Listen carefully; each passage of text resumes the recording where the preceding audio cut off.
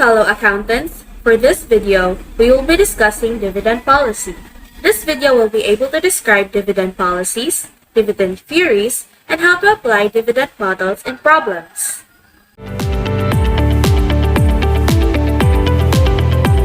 We have encountered the word dividends a lot of times now. However, for a quick recap, this is the general idea of dividends. Dividends are regular distributions of profits by an entity to its shareholders. It is a form of reward to the shareholders and a way for the shareholders to earn a return from investing. Why is it favorable for investors? Investors prefer dividends over capital gains because it is less risky. It generates passive income and it provides shareholders a strong protection during volatile period of the market.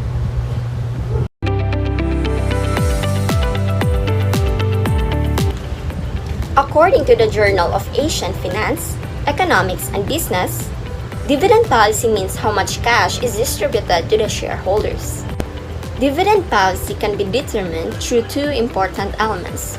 The first is the decision to pay dividends to shareholders, and the second is to retain the profits to reinvest them in the future projects. There are different ways of deciding upon a dividend policy. Management must decide on the dividend amount, timing, and various other factors that influence dividend payments. Investors can also create their own dividend policy. If they want cash, they can sell their stocks.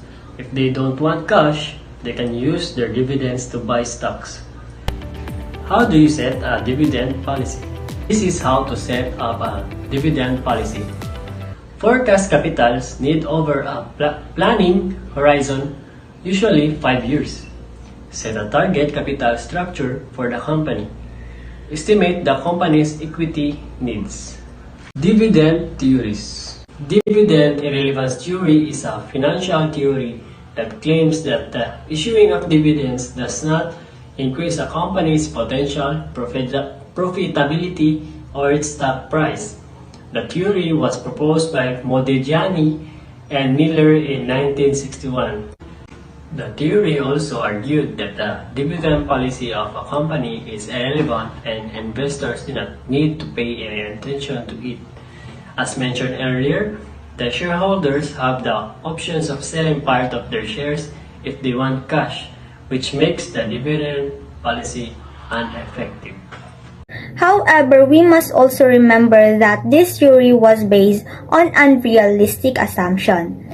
In reality, many investors pay attention to dividend structure when selecting and managing their portfolios.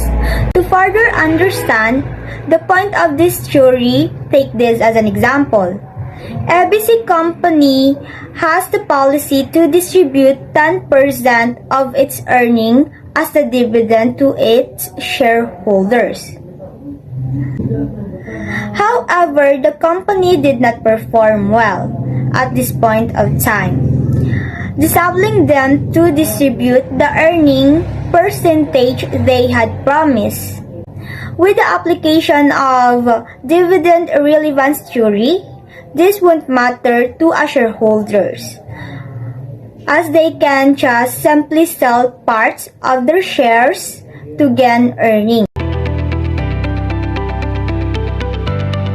The clientele effect is a theory which states that different policies will attract different types of investors, and changes to the policies will cause a shift and demand for the company's stock by investor, which will impacting its share price. In short, the clientele effect is the existence of groups of investors who are attracted to investing in companies with specific policies. This is similar to the behavior of a consumer. For example, you want to buy a new pair of shoes. As someone who will use the shoes, you try to pick the type of shoes that best fits you. The lightness of the shoe, the design of the shoe, and the cost of the shoe that can be a factor in picking your shoe. Catering theory of dividends is a theory that suggests that investors' preference for dividends varies over time, and that corporations adopt their dividend policy to cater the current desires of investors. Common examples of this is how corporate managers tend to initiate dividend-paying stocks or omit dividends when capital gains are preferred, depending on which would favor the investor's current demands. Taking the shoe shopping example earlier, if the current trend for the shoes are strappy or laceless, shoe companies might design shoes that follows the trend to accommodate the customer's demand.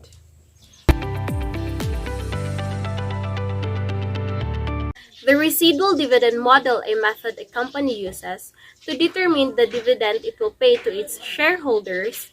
The amount of dividend paid to shareholders amounts to what profits are left over after the company has paid for its capital expenditures and working capital costs.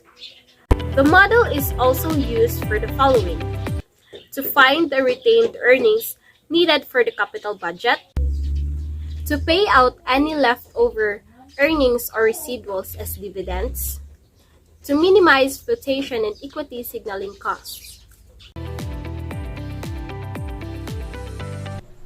With that, we still have to compute how much dividends should be paid out.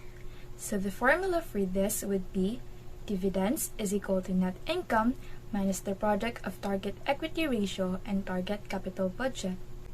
For example, let's say that the firm has a capital budget of 800,000 pesos and a target capital structure of 40% debt and 60% equity. If the firm has a forecasted net income of 600,000 pesos, how much should be paid out as dividends?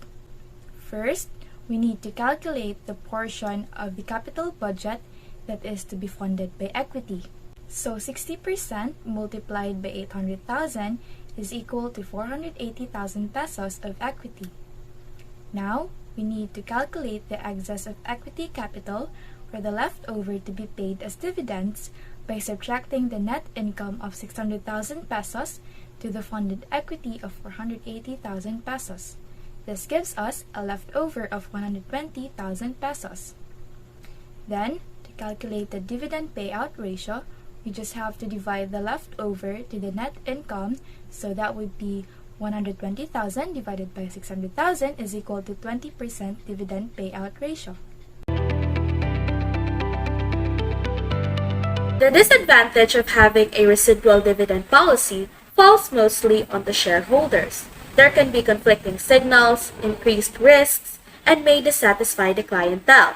Residual dividend policies tend to be a riskier pursuit for investors because dividends or capital gains are not guaranteed. That is why it is important to reconsider the residual policy of a company when setting a long-term target payout. What are the advantages of residual dividend policy?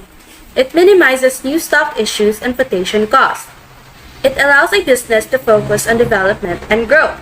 It's a more secure policy that focuses on long-term stability rather than immediate profitability. It allows a company to have a simpler form of accounting. Basic operational expenses are paid out of cash flows, which eliminates the need to borrow funds in order to cover relevant expenses, especially if the cash flow is steady and strong. There you have it, fellow accountants! Thank you so much for watching, and I hope this video helps you understand more the definition, importance, disadvantages, and advantages of dividend policy. Thank you once again, and see you in our next discussion.